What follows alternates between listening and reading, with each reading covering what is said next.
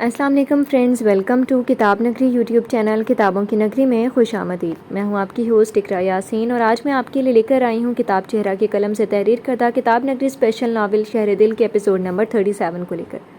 اس episode کو start کرنے سے پہلے آپ جلدی سے کر لیجئے ہمارے چینل کو سبسکرائب، ویڈیو کو لائک اور کلک کر لیجئے بیل آئیکن کو۔ اب آتے ہیں ایپیسوڈ کی جانب۔ یہ شاہ نواز کی پرانی آفس بلڈنگ کے پچھلی جانب کا منظر تھا، جہاں اس وقت دور دور تک ویرانی تھی۔ بلڈنگ کے احاطے کے اختتام پر دور تک گھنے درختوں کی لمبی قطاریں جا رہی تھیں۔ وہیں کچھ فاصلے پر 2 سیاہ کاریں کھڑی تھیں۔ پیچھے کھڑی کار میں سول ڈریس میں ملبوس گارڈز بیٹھے تھے، جبکہ آگے کھڑی کار میں تیمور اور یشار بیٹھے تھے۔ کار کا انجن بند کرتے اس نے یشار کی سمت دیکھا۔ مجھے یقین ہے یہ کوئی کھیل نہیں ہوگا۔ اس کے سرد لہجے پر وہ لب بھینچتا اپنے ہاتھ میں موجود گن دیکھنے لگا۔ میں یہاں تیرے لیے نہیں، تیری بیٹی کے لیے آیا ہوں۔ دعا کر کہ وہ سلامت ہو۔ تیمور ڈیش بورڈ سے گن اٹھاتا کار سے اترا تو پچھلی جانب بیٹھے گارڈز بھی ساتھ ہی اتر گئے تھے۔ وہ یہاں ایک پولیس اہلکار بھی نہیں لایا تھا، مگر ایک سیکرٹ ایجنٹ عمیر، جو اس کے دوست زیاد کا بھائی ہی تھا، ان گارڈز میں شامل تھا، کیونکہ وہ جانتا تھا اسلام آباد پولیس میں شاہ نواز نے اپنے کتنے کتے پالے ہوئے تھے اور اپنی بیٹی کے لیے وہ ذرا بھی رسک نہیں لے سکتا تھا۔ یہ جگہ کافی بڑی ہے، بیسمنٹ کے کئی حصے اور راستے ہوں گے، اس لیے سب سے پہلے ہمیں سیکیورٹی روم تلاش کرنے۔ عمیر کی ہدایت پر وہ دونوں اس کے ساتھ ہی آگے بڑھ گئے۔ مگر تیمور، میں تمہیں پھر سمجھا رہا ہوں، قانون ہاتھ میں نہیں لینا تم۔ اس کی بات پر تیمور کے جبڑوں میں حرکت ہوئی۔ اس کا فیصلہ مریم کو دیکھنے کے بعد ہوگا۔ اس کے دو ٹوک انداز پر وہ لوگ مزید کوئی بحث کیے بلڈنگ کا بیک ڈور کھولتے اس کے احاطے میں داخل ہو چکے تھے۔ یہ ٹوٹل 7 افراد تھے جو یشار کی بتائی ہوئی جگہ کی سمت بڑھ رہے تھے، مگر خلاف معمول بلڈنگ میں گارڈ تو دور کی بات، اس وقت کوئی چڑیا کا بچہ بھی نہ تھا۔ تم چاروں بیسمنٹ چیک کرو، ہم سیکیورٹی روم دیکھتے ہیں۔ گارڈز کو نیچے جاتی سیڑھیوں کی جانب اشارہ کرتے وہ خود آگے بڑھ گئے تھے۔ تیمور نے گن پر گرفت مضبوط کرتے ایک نظر یشار کو دیکھا تھا اور پھر اطراف میں نگاہ دوڑائی۔ صرف خالی کیبنز اور رومز نظر آ رہے تھے۔ آج اس نے صرف اپنی بیٹی کے لیے اپنے سالوں پرانے دشمن پر یقین کیا تھا۔ جیسے جیسے وقت گزر رہا تھا اس کی نبض سست پڑ رہی تھی۔ وہ کتنے بھی مضبوط اعصاب کا مالک کیوں نہ تھا، بھائی اور بیوی کے جنازے کو کندھے پر اٹھا چکا تھا، مگر بیٹی کے لیے ایسا کوئی خیال بھی اس کا دل پھاڑ رہا تھا۔ وہ خود تو مر سکتا تھا، مگر وہ لمحہ نہیں دیکھ سکتا تھا جب اس کی اولاد اس کے سامنے دم توڑے۔ سیکیورٹی روم میں داخل ہوتے ان تینوں نے ایک خاموش نظر کا تبادلہ کیا تھا، کیونکہ اس وقت یہاں بھی کوئی موجود نہ تھا۔ کیمرے خالی چل رہے تھے، سیکیورٹی گارڈ کی سیٹ خالی تھی۔ تیمور نے ایک زوردار لات چیئر پر رسید کی تھی۔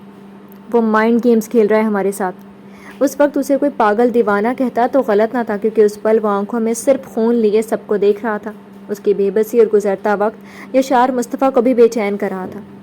عمیر، شاہ نواز کی لوکیشن چیک کرواؤ، کہاں ہے وہ اس وقت؟ اس کا نمبر آف ہوگا، مگر سیکیورٹی ساتھ تھا، اس کا آن ہوگا۔ اور یشار کی بات پر تیمور بھی الرٹ ہوا تھا۔ تقریباً 3 منٹ لگے تھے عمیر کو یہ کام کروانے میں، اور یہ تیمور صلاح الدین ہی جانتا تھا وہ کیسے سانس لے رہا تھا۔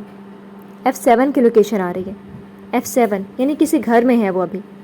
F7 اس کا اپنا گھر ہے۔ یشار کو یکدم یاد آیا تھا۔ وہ تینوں تیزی سے باہر کی جانب لپکے تھے۔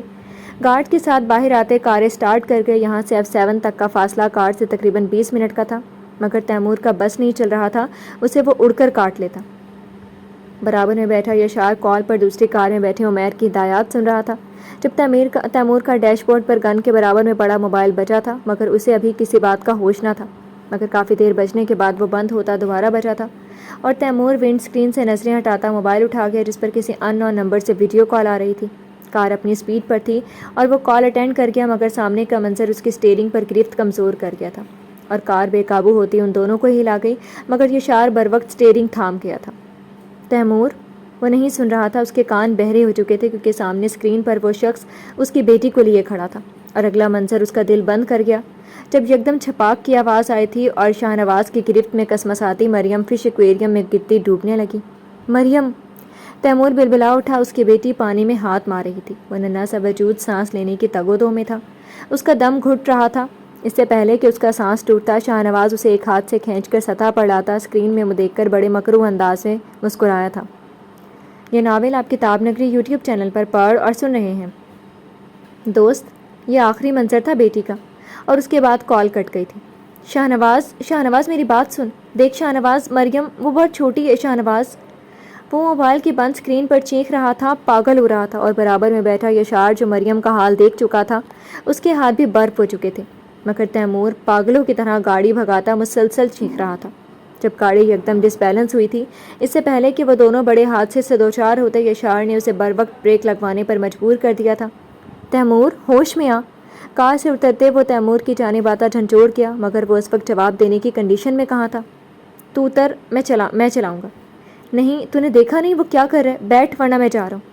میری بات کو سمجھ، اگر ہمیں کچھ ہو گیا ہم مریم تک نہیں پہنچ پائیں گے۔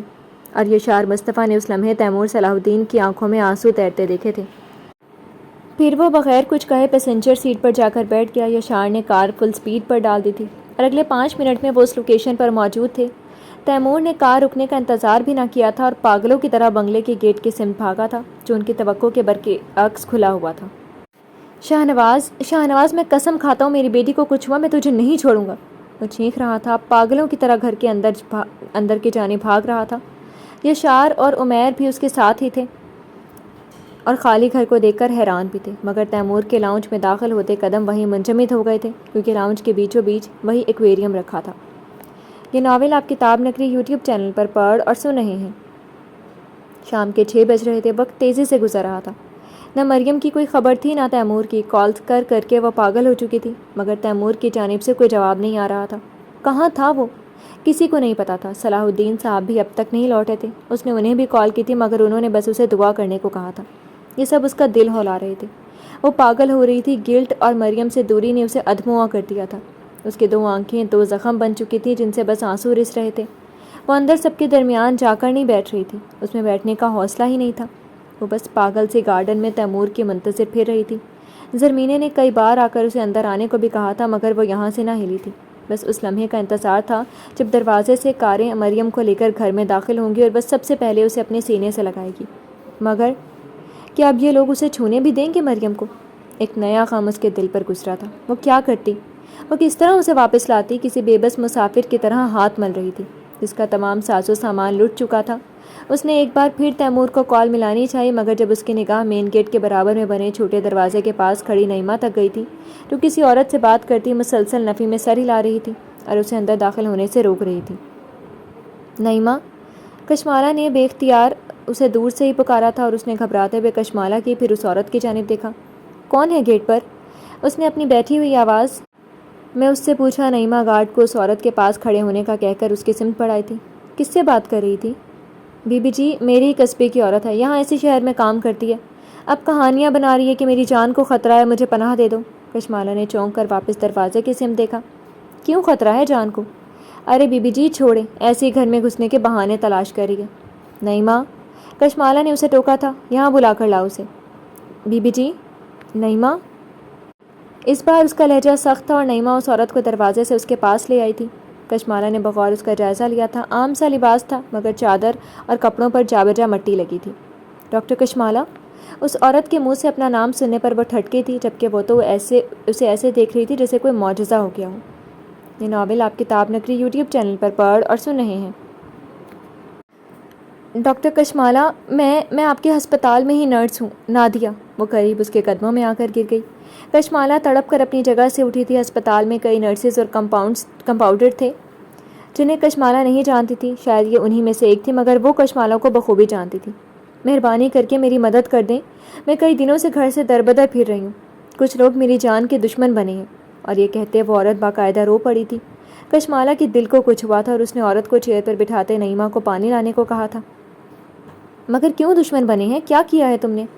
میں نے کچھ نہیں کیا مگر ایک بہت بڑے صاحب کے خلاف میرے پاس ثبوت ہیں، بس اسی وجہ سے۔ کیا؟ کشمالہ نے حیرانی سے اس کی سمت دیکھا جس کی رنگت اس وقت پیلی پڑ رہی تھی۔ رکے، میں دکھاتی ہوں، یہ میرا اللہ جانتا ہے میں کس طرح یہ ثبوت لیے پھر رہی ہوں۔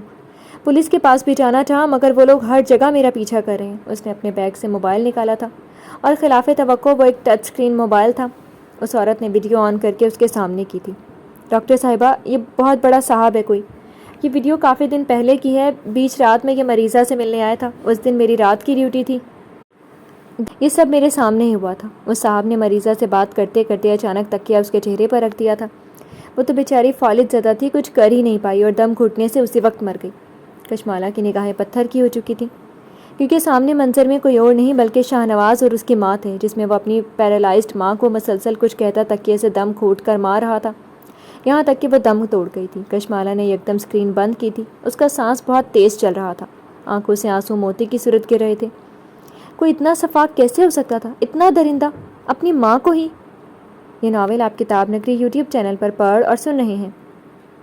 ڈاکٹر صاحبہ، میں ویڈیو ہی بنا سکی تھی، بس اس عورت کو نہیں بچا سکتی تھی، ورنہ وہ صاحب مجھے مار دیتا، مگر جب میں بھاگ رہی تھی اس نے مجھے دیکھ لیا تھا اور تب سے میں بھاگ ہی پھر رہی ہوں۔ کشمالہ نے اس کے رونے پر اپنا نچلا لب سختی سے دانتوں میں لیا تھا اور اس کے ہاتھ پر اپنا ہاتھ رکھ دیا تھا۔ تم بے فکر ہو جاؤ، جب تک اس آدمی کو سزا نہیں ملتی تم یہاں رہ سکتی ہو، مگر یہ موبائل میرے پاس رہے گا۔ کشمالہ کی ہدایت پر وہ ممنون نگاہوں سے دیکھتی سر اسبات میں ہلا گئی۔ اسی پل نعیمہ دوڑتی ہی اس کے پاس آئی تھی۔ بی بی جی، مریم مل گئی۔ کشمالہ میں کان کے انداز میں اپنی جگہ سے اٹھتی اس کی جانب لپکی تھی۔ یہ ناول آپ کتاب نگری یوٹیوب چینل پر پڑھ اور سن رہے ہیں۔ بکھرے نم بال اور بھیگی شرٹ پر ٹائی ڈھیلی کیے وہ بینچ پر سر جھکائے بیٹھا تھا۔ اس کی نگاہیں اپنی مٹی لگے جوتوں پر تھی۔ وہ بیٹھا تو تھا مگر ہر گزرتے لمحے کے ساتھ مر رہا تھا۔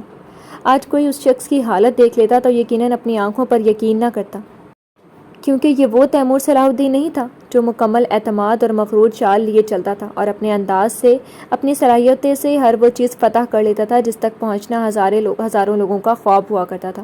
مگر اس پل وہ تھکا ہارا بیٹھا تھا۔ اس کی آنکھیں غم کی شدت سے سرخ ہو رہی تھیں۔ وہ ہر ایک سے بیگانہ تھا۔ ایک قیامت تھی جو اس پر آ کر گزر گئی تھی، مگر نہ جانے اس کے کون سے گناہوں کا عذاب تھا جو اولاد کے درد کی صورت اس پر اتر رہا تھا۔ اس نے بے اختیار اپنی ہاتھوں کو دیکھا تھا۔ یہ وہ ہاتھ تھے جن سے وہ اپنی ننھی کلی کو اٹھاتا تھا اور زندگی سے بھرپور کلکاریاں بھرتی تھی وہ، مگر آج اسی کے نیلے وجود کو ان میں بھر کر لایا تھا۔ اس کی زندگی کی چمک سے عاری چہرے کو تیمور صلاح الدین یہاں ہسپتال تک لایا تھا، اور یہ وہی جانتا تھا اسے ایکویریم سے نکالنے اور یہاں تک لانے میں اس کا کتنی بار دم نکلا تھا، وہ کتنی بار خود گرنے سے بچا تھا۔ اس پل اس نے شدت سے دعا کی تھی کہ کاش وہ مر جائے مگر اولاد کا غم نہ دیکھے، وہ بھی اتنی ننھی کلی فرشتوں کسی معصومیت والی بچی، ابھی تھی ہی کتنی، محض 5 ماہ کی۔ اس درندے کا دل کیوں نہیں کانپا؟ اس کے ہاتھ کیوں نہیں لرزے؟ کیا حسد انسان کو اتنا اندھا کر دیتی ہے کہ وہ جو اللہ نے انسان اور حیوان کے درمیان ایک سطر کھینچی ہے اسے بھی پار کر دے؟ کیا اس شخص نے اس معصوم کا چہرہ نہیں دیکھا تھا؟ تیمور نے بے بسی سے اپنے آنسو ضبط کرتے بالوں کو دونوں ہاتھوں کی مٹھیوں میں بھر لیا تھا۔ اس وقت بے بسی کی اصل معنی کوئی اس شخص سے پوچھتا جس کی بیٹی ICU میں ہوش و خرد سے بیگانہ پڑی تھی اور وہ کچھ نہیں کر سکتا تھا، اپنی سانسیں کھینچ کر اسے نہیں دے سکتا تھا، وقت کو پیچھے لے جا کر اسے محفوظ نہیں کر سکتا تھا۔ کچھ ہی فاصلے پر کونے میں پلر سے ٹیک لگائے کھڑے یشار نے لب بھینچتے اس کی کیفیت دیکھی تھی، اور اس پل اسے احساس ہو رہا تھا کہ باپ ہونا اتنا آسان بھی نہیں تھا۔ اولاد کا تحفظ اس سے محبت سے بھی بڑی ذمہ داری تھی۔ ماں تو رو کر اپنا غم سب کو سنا سکتی تھی، مگر باپ، اسے تو برداشت بھی کرنا تھا اور سہارا بھی بننا تھا۔ ابھی کچھ دیر پہلے اس نے سب کو مریم کے حوالے سے مطلع کیا تھا۔ وہ لوگ کسی بھی وقت یہاں پہنچنے والے تھے، جبکہ شاہنواز، اس کی کوئی خبر نہیں تھی۔ وہ نہ جانے کہاں غائب ہوا تھا، کسی کو پتہ ہی نہ تھا۔ اس کی تلاش جاری تھی۔ یہ کام عمیر بذات خود اپنی ایجنسی کے ساتھ سر انجام دے رہا تھا۔ تیمور، کئی افراد ایک ساتھ ہسپتال کے کوریڈور میں داخل ہوئے تھے اور اس کے نزدیک چلے آئے، مگر تیمور نے سر اٹھا کر نہیں دیکھا تھا۔ اس وقت اس میں کسی سے بات کرنے کی طاقت نہ تھی۔ تیمور، مریم کہاں ہے؟ ملیحہ صاحبہ نے بیٹے کو بلایا تھا، مگر وہ اسی کیفیت میں بیٹھا رہا۔ یشار اس کی حالت دیکھتا نزدیک چلا آیا، جبکہ باقی سب یشار مصطفیٰ کی یہاں پہلے سے موجودگی دیکھ کر مزید ٹھٹکے تھے، سوائے صلاح الدین صاحب کے۔ یشار، آپ یہاں، مریم کہاں ہے؟ کیا ہو رہا ہے یہ سب؟ ملیحہ صاحبہ نے نم تحیر بھری نگاہوں سے اسے دیکھا تھا۔ یشار نرمی سے ان کے ہاتھ تھام گیا، جبکہ نگاہیں صلاح الدین صاحب پر تھیں، جو گہری سانس بھرتے سر اسبات میں ہلا گئے تھے۔ مریم ICU میں، آپ لوگ دعا کریں، یہ چند گھنٹے بہت اہم ہے اس کے لیے۔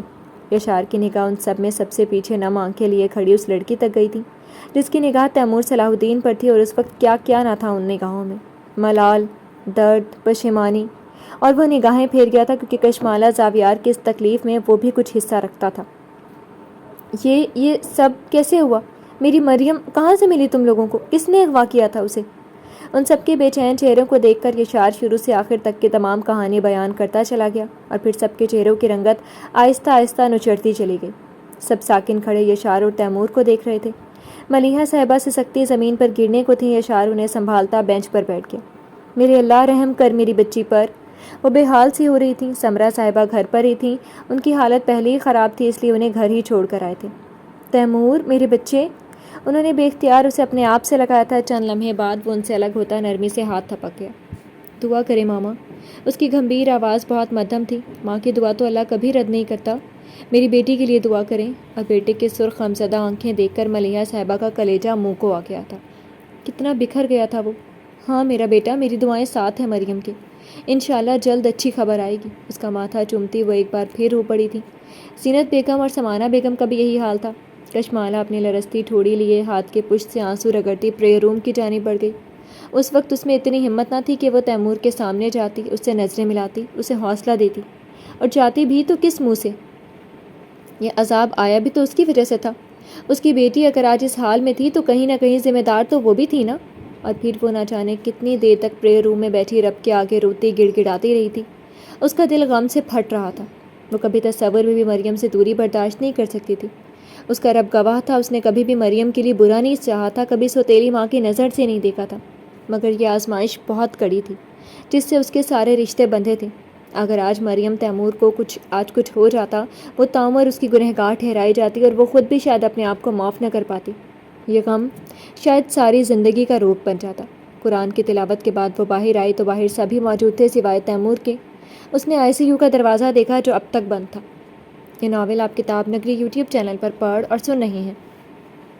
تیمور اندر روم میں ہے۔ زینت بیگم نے اس کی متلاشی نگاہوں کو محسوس کر لیا تھا۔ وہ لب کاٹتی جھٹکتی ہوئی ڈاکٹر کے کمرے کی جانب بڑھ گئی جہاں وہ خاموش بیٹھا تھا۔ ٹیبل پر مریم کی MRI رپورٹس بکھری پڑی تھیں جبکہ ڈاکٹر کمرے میں موجود نہ تھا۔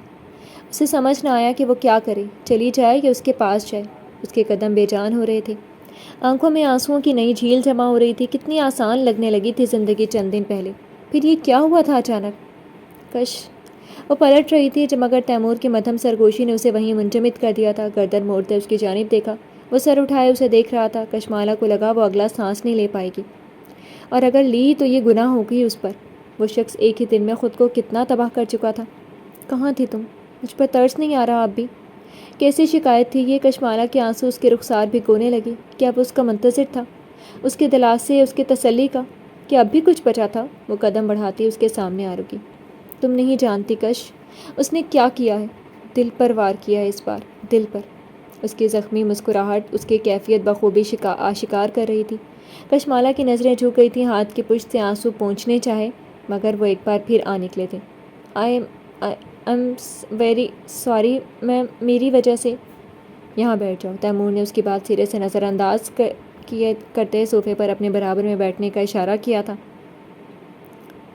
اور وہ بلا چوں چرا اس کے پاس آ کر بیٹھ گئی۔ تیمور نے ہاتھ بڑھاتے اس کا ٹھنڈا ہاتھ اپنے ہاتھوں میں لیا تھا اور نرمی سے سہلانے لگا۔ اس وقت عجیب کیفیت کا شکار تھی وہ۔ کشمالہ کی نگاہیں اس کے چہرے پر ٹکی تھیں۔ یہ ناول آپ کتاب نگری یوٹیوب چینل پر پڑھ اور سن رہے ہیں۔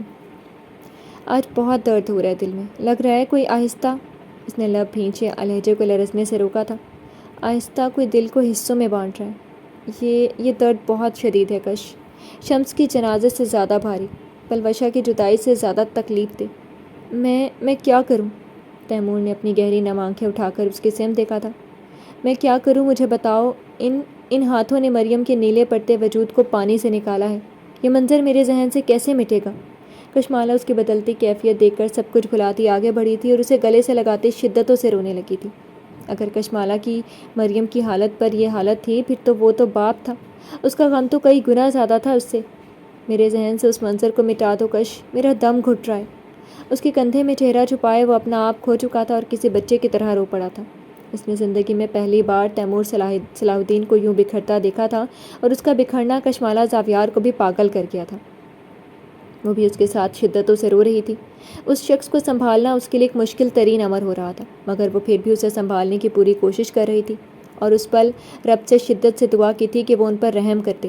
شاید یہ قبولیت کا وقت ہی تھا کہ کمرے کا دروازہ واں کرتی سمانہ بیگم کمرے میں داخل ہوئی تھیں، اور دونوں نے چونک کر نوارد کو دیکھا۔ اس پل سمانہ بیگم کی آنکھوں میں آنسو چمک رہے تھے مگر لبوں پر مسکراہٹ تھی۔ وہ دونوں میکان کے انداز میں ایک ساتھ اٹھے تھے۔ اللہ نے تمہاری سن لی ہے تیمور، مریم خطرے سے باہر ہے۔ اور تیمور صلاح الدین کو اپنے رب کے معجزوں پر کامل یقین ہو چلا تھا۔ یہ ناول آپ کتاب نگری یوٹیوب چینل پر پڑھ اور سن رہے ہیں۔ ٹھیک ہے، تو مجھے کنفرم کر کے بتاؤ۔ وہ ابھی کچھ دیر پہلے ہی ہاسپٹل کا وزٹ کر کے آیا تھا، بات لے کر ابھی واش روم سے نکلا تھا کہ عمیر کی اسے کال آ گئی تھی۔ مریم کل رات سے ہاسپٹل میں تھی، تیمور وہیں تھا، اس لیے عمیر نے یشار کو کال کرنا زیادہ مناسب سمجھا تھا۔ نہیں، اس کی کوئی ضرورت نہیں، کوئی خاص اپڈیٹ ہوئی تو ہم تیمور کو انفارم کر دیں گے، ابھی اس کی ضرورت نہیں ہے۔ جبھی دروازہ واں کرتی زمینیں کمرے میں چلی آئی۔ وہ آج صبح ڈرائیور کے ساتھ گھر لوٹی تھی۔ یشار نے آج پورے 1.5 دن کے بعد اسے دیکھا تھا۔ اس کی نظریں خود پر ٹھہرتی دیکھ کر وہ جھجکتی کبرڈ کی جانب بڑھ گئی۔ نہیں، وہ کافی ڈسٹرب ہے اس وقت، ہیڈ آفس وزٹ کرنا تو مشکل ہے، تم ایسا کرو شام میں ہی مجھ سے ملو، مل کر دیکھ لیں گے۔ اس نے کال کاٹتے زرمینے سے ٹی شرٹ لی تھی اور خاموشی سے پہنتا موبائل میں عمیر کی جانب سے بھیجی گئی ڈیٹیلز دیکھنے لگا۔ کیس کی ساری بھاگ دوڑ تقریباً اسی کے ہاتھ میں تھی۔ اس وقت شاہ نواز ایک جگہ سے دوسری جگہ چھپتا پھر رہا تھا۔ انہیں یقین تھا وہ چور راستوں سے ملک سے فرار ہونے کی کوششوں میں تھا۔ Thank you. زرمینے کی آواز پر اس نے موبائل سے سر اٹھاتے اس کی جانب دیکھا، جو اس وقت بڑی ممنون نگاہوں سے اسے دیکھ رہی تھی۔ اگر آپ وقت پر تیمور بھائی کا ساتھ نہیں دیتے تو آج شاید مریم… نہیں مینے، یہ میں نے نہیں، اللہ نے کروایا، اس کا شکر ادا کرو۔ میری کیا اوقات ہے، میں تو خود اس شخص کے ساتھ شامل تھا کل تک۔ اس کے لبوں پر ایک افسردہ مسکراہٹ ابھری تھی اور نہ جانے کیوں وہ بے چین سی ہوتی اس کے نزدیک آلاتی کلائی پر ہاتھ رکھے۔ مگر مریم کا پتہ بھی تو اسی طرح چل سکا، ورنہ ہم کیسے اس تک پہنچتے؟ اور آپ کو تو نہیں پتہ تھا کہ وہ کیسا ہے، اس کی حقیقت کیا ہے؟ یشار نے بغور اس کا چاند سا مکھڑا دیکھا تھا۔ مگر بابا نے تو وارن کیا تھا نا مجھے، لیکن میں دیکھو ضد میں کتنا اندھا ہو گیا تھا۔ زرمینے کی آنکھوں میں یکدم ہی ناراضی ابھر آئی۔ آپ اس طرح کیوں کہہ رہے ہیں؟ ماضی میں اگر غلطی ہو جائے تو کیا ہم اسے درست بھی نہیں کر سکتے؟ اور یہ یشار مصطفیٰ ہی جانتا تھا وہ یہ کہتی کتنی پیاری اور اپنی سی لگی تھی اسے۔ اس کا خوبصورت روپ دیکھتا وہ یکدم ہی ترنگ میں آتا، اس کی کمر کے گرد حصار باندھ گیا۔ یعنی اگر میں اپنی باقی کوتاہیوں کا بھی ازالہ کروں تو معافی مل سکتی ہے۔ اس کا انداز بڑا معنی خیز تھا۔ ہاں، اگر آپ کی نیت صاف… وہ اپنی رو میں بول رہی تھی جب اسے یکدم ہی احساس ہوا اس کا اشارہ کس جانب تھا۔ زرمینے نے نچلا لب دانتوں میں دباتے اس کی سمت دیکھا تھا۔ یہ ناول آپ کتاب نگری یوٹیوب چینل پر پڑھ اور سن رہے ہیں۔ قسم لے لو بہت سچی نیت ہے۔ انتہائی نرمی سے اس کے بال کان کے پیچھے کیے تھے۔ زرمینے کو لگا وہ اس شخص کے لمس سے پگھل جائے گی۔ بولو مینے۔ کیا بولوں؟ اس کے اصرار اور لمس پر وہ بکھلائی تھی۔ یشار دھیرے سے ہنس پڑا۔ اس سے پہلے کہ وہ کچھ کہتی یشار کا موبائل ایک بار پھر بج اٹھا۔ زرمینے موبائل اب بھی بج رہا تھا۔ پہلے بتاؤ میری بھی سفارش ہو سکتی ہے یا نہیں؟ اس کے چہرے پر ابھرتی مسکراہٹ نے زرمینے کمال کے دل میں ایک عجب سی چین کی لہر دوڑائی تھی۔ لبوں پر نرم مسکراہٹ لیے اس سے ہاتھ چھڑاتی سوچوں گی کہتی کمرے سے نکل گئی، جبکہ حیرت سے گنگ وہیں کھڑا یشار مصطفیٰ کال ریسیو کرنا بھی بھول چکا تھا۔ یہ ناول آپ کتاب نگری یوٹیوب چینل پر پڑھ اور سن رہے ہیں۔ ایک ہفتے بعد۔ کشمالہ بیٹا، وہ کچن میں بیٹھی زیدان کو ناشتہ کروا رہی تھی جب ملیحہ صاحبہ وہیں چلی آئی تھیں۔ جی اچھا، ناشتہ کروا رہی ہوں، ٹھیک ہے پہلے یہ کروا لو۔ وہ وہیں چیئر گھسیٹتی بیٹھ گئی تھی۔ زیدان نے ماں کے خاموش چہرے سے نظریں ہٹاتے دادو کو دیکھا اور کارن فلیکس حلق میں اتارنے کے بعد سیدھا ہوا تھا۔ آپ لوگوں کو بڑوں والی باتیں کرنی ہیں، میں جاؤں؟ جیم کی شیشی بند کرتی ملیحہ صاحبہ نے حیرت سے پوتے کو دیکھا تھا۔ ارے بھائی، کس نے کہا تم سے؟ پھر آپ مجھے دیکھ کر چپ کیوں ہوئی؟ اس پٹاخے نے ایک پل کے لیے انہیں دنگ کر دیا۔ خاموشی سے کھائیں، بھاگنے میں لگے مجھے معلوم ہے۔ کشمالہ نے کارن فلیکس سے بھرا چمچہ اس کے منہ کے آگے کیا جسے وہ خفکی سے ماں کو دیکھتا منہ میں بھر گیا۔ تو آپ مجھے خود کھانے کیوں نہیں دیتی ماما؟ وہ اس بات پر آ کر ہمیشہ مچل جاتا تھا، مگر کشمالہ اس کی ایک نہیں سنتی تھی، کیونکہ جب بھی وہ یہ کام خود کرتا تھا کھاتا کم تھا اور کھیلتا زیادہ تھا۔ پہلے بڑے ہو جاؤ پھر کھانا۔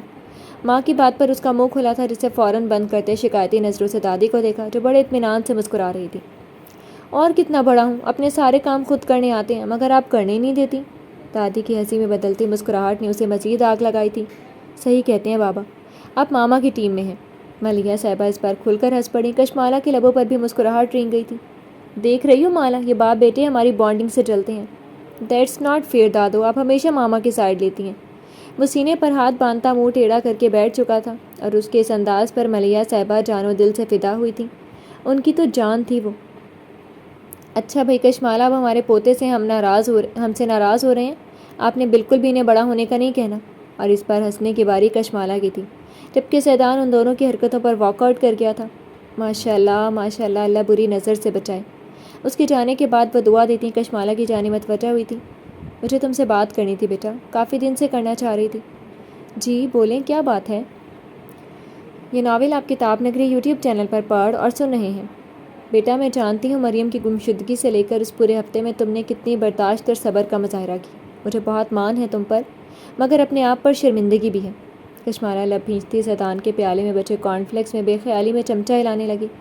مریم کو گھر منتقل ہوئے آج چوتھا دن تھا۔ اسے 3 دن تک ہسپتال میں رکھا گیا تھا اور تیمور ایک لمحہ بھی اس سے جدا نہیں ہوا تھا، جبکہ کشمالہ کا ہسپتال آنا جانا جاری تھا کیونکہ اسے زیدان کا بھی خیال رکھنا تھا۔ مسز عابد اپنا کام بخوبی انجام دے رہی تھی، مگر اسے بھی ماں کی ضرورت تھی اور مسز عابد کو مریم کی آمد پر تیمور نے مستقل طور پر کیئر ٹیکر کی حیثیت سے رکھ لیا تھا۔ اب وہ روز آفس سے آ کر مریم کے پاس چلا جاتا۔ وہ مریم کی حالت سے اس قدر خوفزدہ ہو چکا تھا کہ اب ہر لمحہ اس کے پاس رہنا چاہتا تھا۔ اس کی دنیا تقریباً مریم تک ہی محدود رہ گئی تھی۔ سمرا صاحبہ اور ورشا آج واپس لاہور جا رہی تھی۔ ان کا رویہ اس کے ساتھ پہلے جیسا نرم ہی تھا، جبکہ ورشا کو وہ اب منہ لگانا بھی پسند نہیں کرتی تھی، اس لیے اس کی تنقیدی نگاہوں کی اسے رتی برابر پرواہ نہ تھی۔ ورشا نے جیسا رویہ تمہارے ساتھ رکھا، مجھے برا نہیں لگا ماما، وہ وقت سب کے لیے تکلیف دہ تھا۔ ورشا نے جو کہا مریم کی محبت میں کہا، اس کی جگہ کوئی بھی ہوتا یہی کہتا۔ اس کی اعلیٰ ظرفی پر ملیحہ صاحبہ نے بڑی محبت بھری نگاہوں سے اسے دیکھا تھا۔ یہ ظرف ہے تمہارا بیٹا، ورنہ اس کا رویہ، اس کا انداز ہم سب کو تو کیا، سمرا کو بھی پسند نہیں آیا۔ چھوڑیے نا ماما یہ باتیں، اب تو مریم آ چکی ہے ہمارے پاس، مگر تم اس کے پاس کیوں نہیں جاتی؟ اور اس بار اس نے چونک کر ان کی سمت دیکھا۔ تمہیں کیا لگتا ہے کہ مجھے احساس نہیں کہ تم اب جھجکتی ہو اس کے پاس، اس کے کمرے میں جانے میں سے؟ اسے لگا اس کے حلق میں کچھ اٹک رہا ہو۔ ایسا نہیں مالا، میں جانتی ہوں، تمہاری بے چینی گواہ ہے۔ میری بیٹی، اسے کسی کی باتوں میں آ کر ماں کے سائے سے محروم مت کرو۔ انہوں نے التجا کرتے اس کے ہاتھ پر اپنا ہاتھ رکھا تھا اور کشمالہ کی آنکھوں سے تیزی سے آنسو گرنے لگے تھے، جنہیں اس نے فوراً صاف کیا تھا۔ وہ واقعی مریم کے پاس جانے سے کترا رہی تھی۔ اس کا دل کتنا ہی اس کے پاس جانے کے لیے کیوں نہ ہمکتا، مگر وہ خود پر پہرے بٹھائی ہوئی تھی۔ وہ اس معصوم سی بچی کے اب کسی نقصان کی وجہ نہیں بننا چاہتی تھی۔ اسے ضرورت ہے تمہاری، تم جیسی ماں کی۔ کشمالہ نے دھندلی نگاہوں سے ان کی آنکھوں میں دیکھا تھا، جہاں اس کے لیے بے انتہا فخر اور مان تھا۔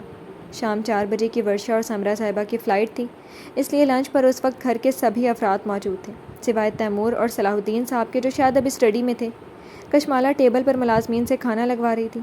بس بیٹھ جاؤ بیٹا، نعیمہ کر لے گی، ملیحہ صاحبہ نے اسے ٹوکا تھا جب اس کی نگاہ سیڑھیوں کی سمت اٹھی، جہاں سے تیمور مریم کو گود میں لیے اور زیدان کا ہاتھ پکڑے نیچے آ رہا تھا۔ وہ نظریں پھیرتی واپس کام میں لگ گئی۔ تیمور ڈائننگ ٹیبل کے پاس ہی چلا آیا تھا، مگر اس پر نگاہیں کشمالہ پر تھیں۔ وہ پچھلے 2-3 دن سے کشمالہ کی خاموشی اور کٹا کٹا انداز دیکھ بھی رہا تھا اور برداشت بھی کر رہا تھا، اور اسے وجہ بھی معلوم تھی کہ اس کے رویے میں یہ بدلاؤ کیوں اور کس کی وجہ سے آیا تھا۔ یہ اچھا کیا بیٹا، مریم کو نیچے لے آئیں۔ لائیں تیمور بھائی، مجھے دیں میری پرنسس کو، ورشا نے اپنی چیئر سے اٹھتے کہا، مگر وہ اسے نظر انداز کرتا کشمالہ کی جانب قدم بڑھا گیا۔ اس نے پلٹتے تیمور کی سمت دیکھا، جو بڑی گہری نگاہوں سے اس وقت اسے دیکھ رہا تھا۔ یہ ناول آپ کتاب نگری یوٹیوب چینل پر پڑھ اور سن رہے ہیں۔ پکڑو اپنی بیٹی کو، تمہیں ڈھونڈتے ڈھونڈتے میری بیٹی کی آنکھیں تھک چکی ہیں۔ اس کے لہجے میں عجب شکایت اور مان دونوں تھا۔ کشمالہ نے ایک نظر مریم کو دیکھا، جو اسے دیکھتے ہی واقعی دیوانی سی ہو گئی تھی۔ اس کے لبوں پر مدھم سی مسکراہٹ ابھری تھی اور ہاتھ بڑھاتے گود میں لیتے اس کے دونوں رخسار چوم گئی، مگر جب خاموش کھڑی ورشا سے نظر ملی تو ایک پل کے لیے ٹھہری تھی اور تیمور کی جانب دیکھا، جو اس کی چیئر کے برابر والی چیئر کھسکاتا بیٹھ چکا تھا۔ ورشا، جگہ پر بیٹھو۔ تیمور نے اسے بیٹھنے کا اشارہ کیا اور وہ ایک نظر ماں اور خالہ کو دیکھتی بیٹھ گئی تھی، مگر اسے اس وقت شدید ہتک کا احساس ہوا تھا۔ مجھے کافی دنوں سے بات کرنی تھی تم سے، مگر وقت نہیں مل پا رہا تھا، اور آج اسی لیے میں آخری بار تمہیں بھائی کی حیثیت سے سمجھا رہا ہوں۔ کشمالہ سمیت ان دونوں خواتین نے کچھ چونک کر تیمور کے اسپاٹ چہرے کو دیکھا تھا۔ مجھے نہیں معلوم کہ تم کشمالہ کو اتنا ناپسند کیوں کرتی ہو، مگر کشمالہ میری بیوی اور مریم کی ماں ہے۔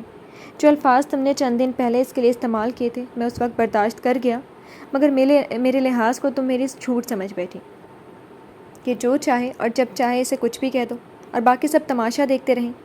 تیمور کی ضبط سے بھینچی آواز نے کشمالہ اور ورشا دونوں ہی کے چہرے کا رنگ اڑا دیا تھا۔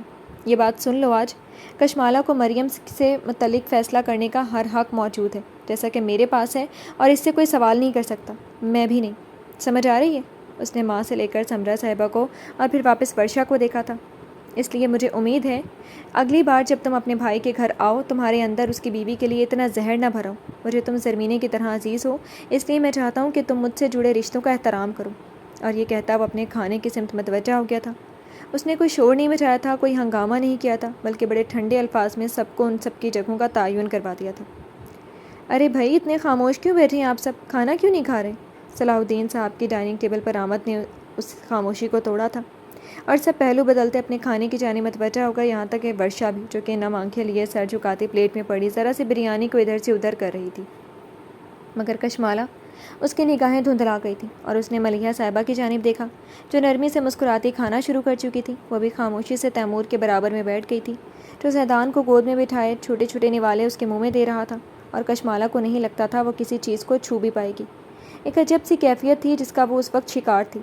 آنسوؤں کا ایک ریلا تھا جو آنکھوں کا بند توڑنے کو بے تاب تھا، مگر اسے اس وقت اپنے مقام کی خاطر یہاں بیٹھنا تھا۔ ایک مان تھا جو تیمور صلاح الدین نے اسے بخشا تھا، اسے اس کی خاطر بیٹھنا تھا۔ یہ ناول آپ کتاب نگری یوٹیوب چینل پر پڑھ اور سن رہے ہیں۔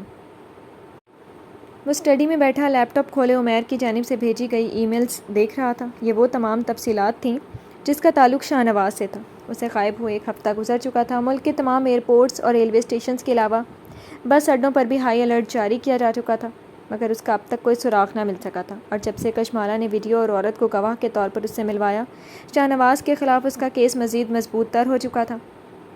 اور بالآخر تیمور کو احساس ہوا تھا کہ اس شخص کے لیے مریم کو ڈبونا کوئی بڑی بات نہ تھی، کیونکہ جو اپنی ماں کا نہ ہو سکا تھا، جس نے اسے جنم دیا تھا، اور پھر اس کے لیے ہر دوسرا جرم عام بات تھی۔